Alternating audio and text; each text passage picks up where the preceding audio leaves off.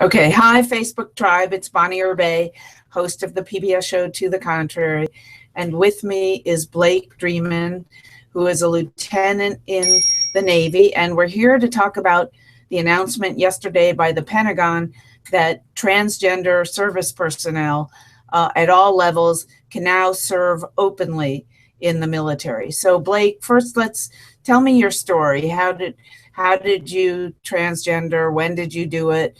What was it like serving in the military before you did so? And then we'll get to, when you get through that, we'll get to some other questions. Yeah, so I commissioned 10 years ago, and I've done 11 operational patrols. My transition, or I started to identify as transgender and start my transition while I was in Afghanistan in 2011. Later that year, I reported as one of the first female-bodied personnel on board a submarine. And I did 3 strategic deterrent patrols before deciding I needed to move on with my medical transition 1 week prior to my 4th patrol. And that involved testosterone shots, underwater. Wow, they did that for you on the submarine? No, ma'am, I did that myself. Self-injections. And then moved on from there, showed up to the Pentagon about a year ago. And 3 days after I got there, a female lieutenant colonel asked me if I go by a different name outside of work. But policy's still in place, so my birth name is fine. And I left for the day. She called me back about an hour later and said, "We've discussed it, and if you're okay with it, we'd like to call you Blake."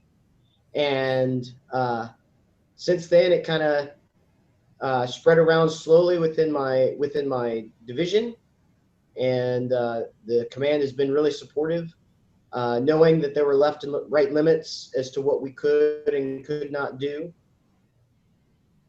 For the most part, we've simply been waiting for the policy to change so that we could move on to the next steps. Was it safe for you to give yourself your own hormone shots? Yes, ma'am. I was under the care of a doctor. It wasn't a military doctor; it was a civilian doctor. But that's how things are done, and it's perfectly safe. Now, how were you accepted? I might imagine that there'd be a ton of transgender phobia among a bunch of men on a submarine. Was it safe for you? Was everybody supportive, or did you run into any kind of trouble? I didn't run into any trouble. I imagine that there was some question, but no one ever asked, and I never said anything. And now that I'm at the Pentagon, nobody's been doing anything. And in fact, it was relayed to me that if anybody did say anything rude, that I was to let people know, so that it's a safe environment for me. So how did you feel when Defense Secretary Ash Carter came out this week and said transgender persons can now serve out in the open? I'm elated because now basically I can have one job instead of 2. So I don't have to, I can concentrate on moving on with my career and less concentration on doing both the advocacy aspect of it. I can just go back to doing my job. And it's much more relaxed environment. Tell me, you used to have to appear as a woman, or you did at some event. Please tell me about that. So I've had a couple of big events that required me to be in a female uniform. One was in 2012 when all of the female submariners were summoned to the White House to meet the president, and I had to be in female dress whites.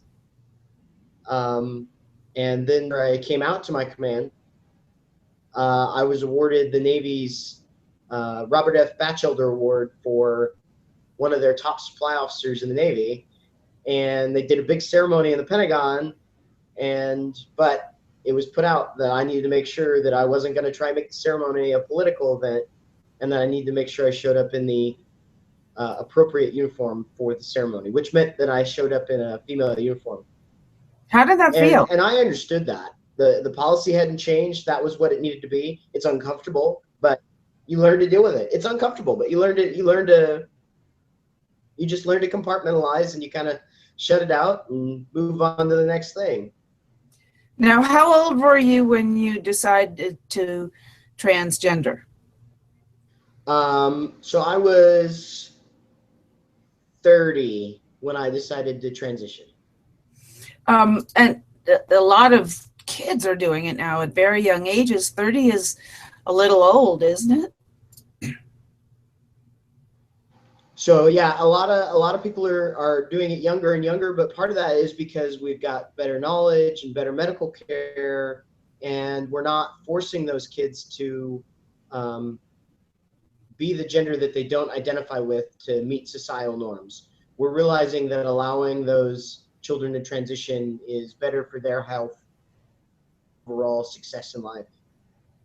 So did you spend your whole life in a woman's body knowing that you were really a man until you were 30, I mean?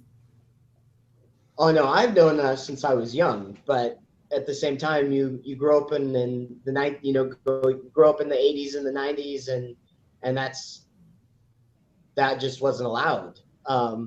So you learn to deny it and to move on, and nowadays it's better, and the medical care is better, and the knowledge of the situation is better. That allows people to acknowledge who they are. Well, wonderful. Very happy for your accomplishments and happy for your happiness at the change in at the Pentagon. And we wish you all the best, and thank you so much for your time. Thank you. Take care.